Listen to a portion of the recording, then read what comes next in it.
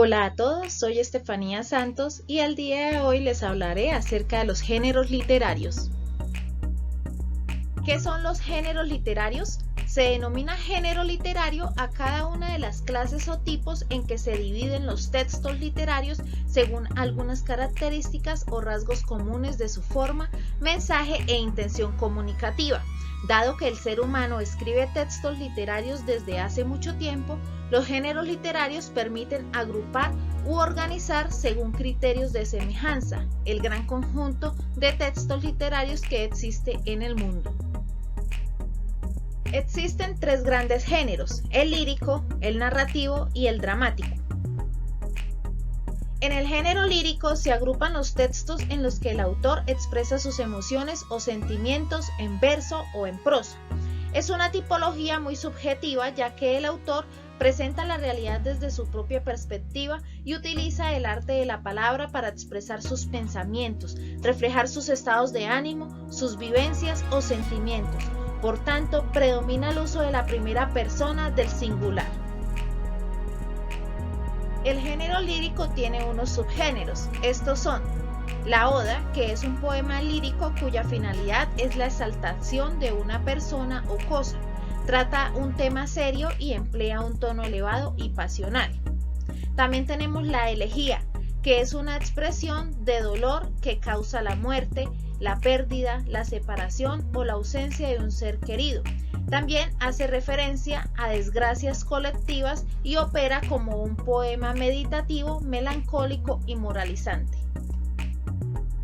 Otro subgénero es la sátira, que corresponde a un poema donde se configura una crítica burlesca y ridiculizadora sobre temas censurables, tanto del plano individual como del colectivo. También está la égloga, que corresponde a poemas en donde se lleva a cabo una exposición de los sentimientos amorosos y de exaltación de la naturaleza, puesta en boca de pastores, por lo que suele adoptar forma de diálogo. Elementos del género lírico. Tenemos el hablante lírico. Es el yo poético, el ser ficticio que habla y transmite sus sentimientos en el poema. El objeto lírico, que corresponde al sujeto u objeto al cual se refiere el hablante lírico. El motivo lírico, que es el sentimiento predominante sobre el cual se construye el poema. También tenemos el temple de ánimo, que es el estado de ánimo en el que se encuentra el yo poético. También existe el tema, que se refiere al asunto principal que se reitera a lo largo de todo el poema. Y finalmente la actitud lírica, forma en la que el yo poético se expresa. Puede ser actitud enunciativa, que corresponde a una narración de hechos; actitud apelativa, el yo poético se dirige a otra persona u objeto; y la actitud mecánica, el hablante abre su mundo interno. Ahora escuchemos un ejemplo. Es un poema de Cortázar. Puedo escribir los versos más tristes esta noche. Escribir, por ejemplo: la noche está estrellada y tiritan azules los astros a lo lejos. El viento de la noche gira en el cielo y canta. Puedo escribir los versos más tristes esta noche. Yo la quise, y a veces ella también me quiso. En las noches como esta la tuve entre mis brazos, la besé tantas veces bajo el cielo infinito. Ella me quiso. A veces yo también la quería. ¿Cómo no haber amado sus grandes ojos fijos?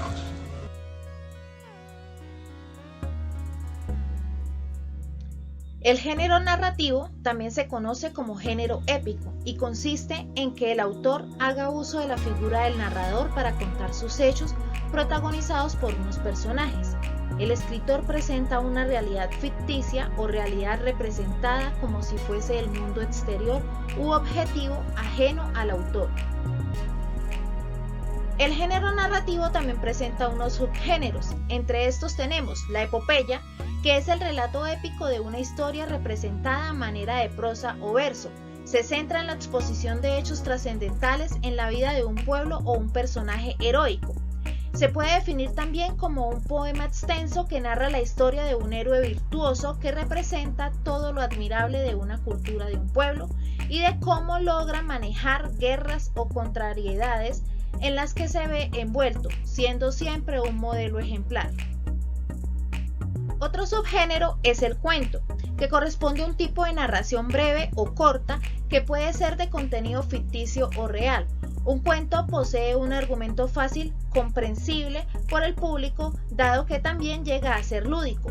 Se caracterizan porque a menudo poseen pocos personajes y es uno el que toma la figura de protagonista, dado que se usan pocos recursos literarios debido a que son textos cortos.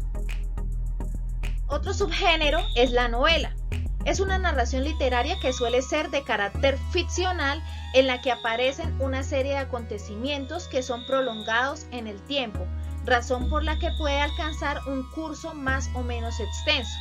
Uno de los aspectos más importantes de la novela tiene que ver con que su trama es de mayor complejidad que otros textos, como por ejemplo el cuento, dado que suele tener varios personajes protagónicos y su punto de narración puede variar.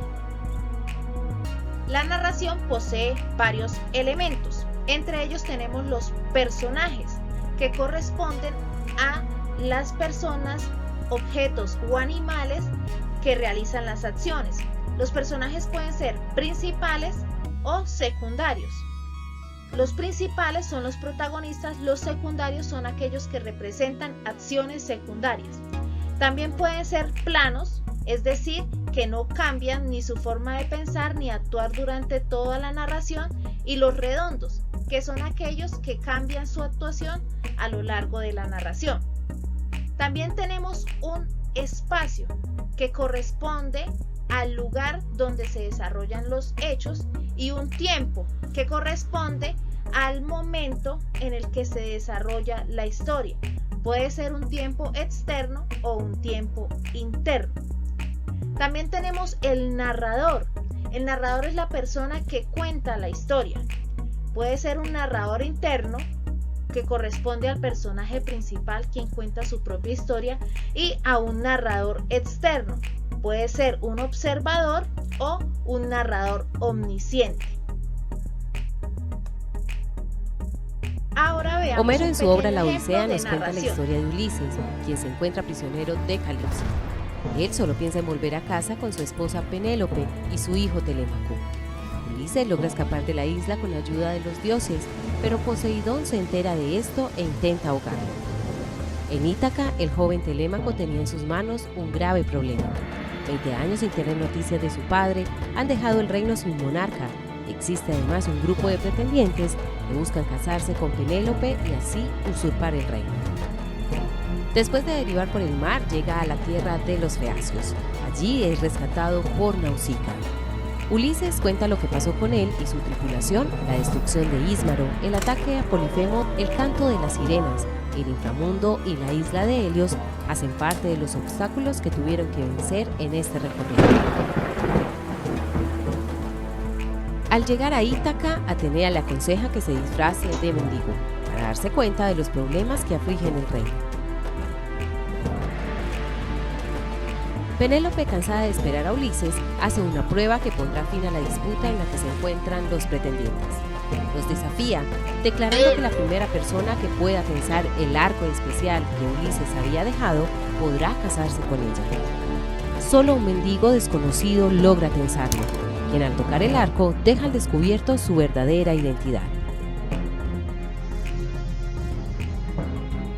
Es Ulises, que ha vuelto a casa y desea cobrar venganza por todas las calamidades que los pretendientes habían causado en el reino. Finalmente, Ulises recupera su reino, su esposa y su hijo.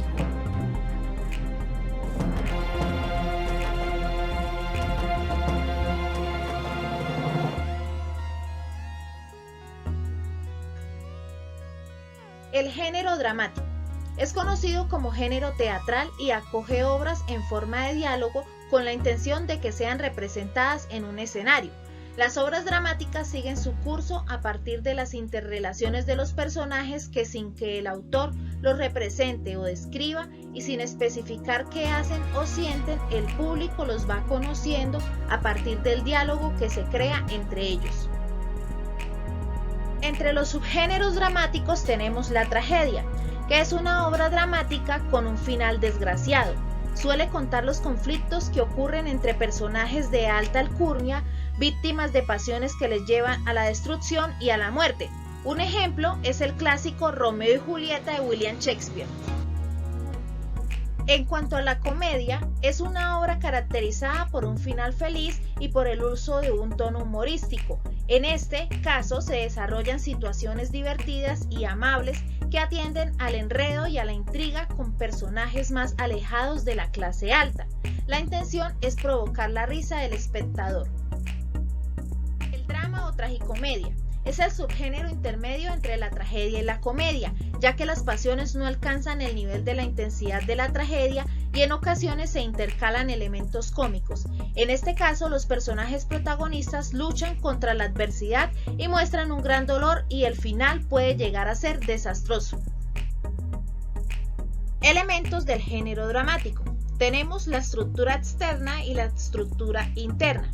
En cuanto a la estructura externa, tenemos el acto, que corresponde a cada una de las partes en las que se divide la totalidad de la obra. Generalmente, cada uno se desarrolla un aspecto del conflicto, configurando la trama de manera gradual. Está también la escena, que corresponde a distintos periodos de la acción dramática que están marcadas por la entrada o salida de uno o más personajes. Y finalmente, el cuadro. Este se relaciona con la ambientación física o escenográfica. Los cambios escenográficos señalan los distintos cuadros. En cuanto a la estructura interna, se presenta el conflicto. Conocemos a los protagonistas, antagonistas y se nos presentan los conflictos de la historia. También hay un desarrollo, es en el momento de tensión de la historia. También aparece el clímax, que es el momento de mayor tensión de la historia, y finalmente el desenlace, en donde se resuelven los conflictos planteados en la historia. Ahora veamos un pequeño ejemplo del género dramático.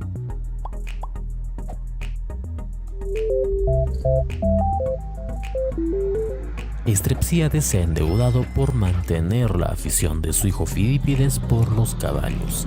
Busca la solución a esta situación, así que decide enviar a su hijo al pensatorio de Sócrates para que así éste pueda tener argumentos y le ayude a no pagar sus deudas. El joven se niega, por lo que decide asistir él mismo. Después de llegar, Estrepsíades conoce a Sócrates, quien cuelga de un cesto. Este le dice que Zeus no existe y quienes provocan las lluvias son las nubes. El padre no logra aprobar su examen inicial, pues es torpe y viejo. Entonces convence a su hijo para que éste asista al pensatorio, donde Sócrates le enseñará el argumento justo y el argumento injusto. Se presentan entonces como personajes ambos argumentos para contradecirse, y logra vencer el argumento injusto. El joven es un destacado discípulo y ha aprendido sofismas y se convierte en un buen argumentador y litigante. El padre, con lo poco que aprendió, logra deshacerse de sus deudores, pero su hijo Fidípides llega y le pega, pues según lo que aprendió, si los niños soportan los golpes de sus padres, con mayor razón los viejos deben ser castigados, pues no tienen excusas para sus faltas cometidas, ya que tienen experiencia. El padre, muy molesto, va al pensatorio y lo incendia.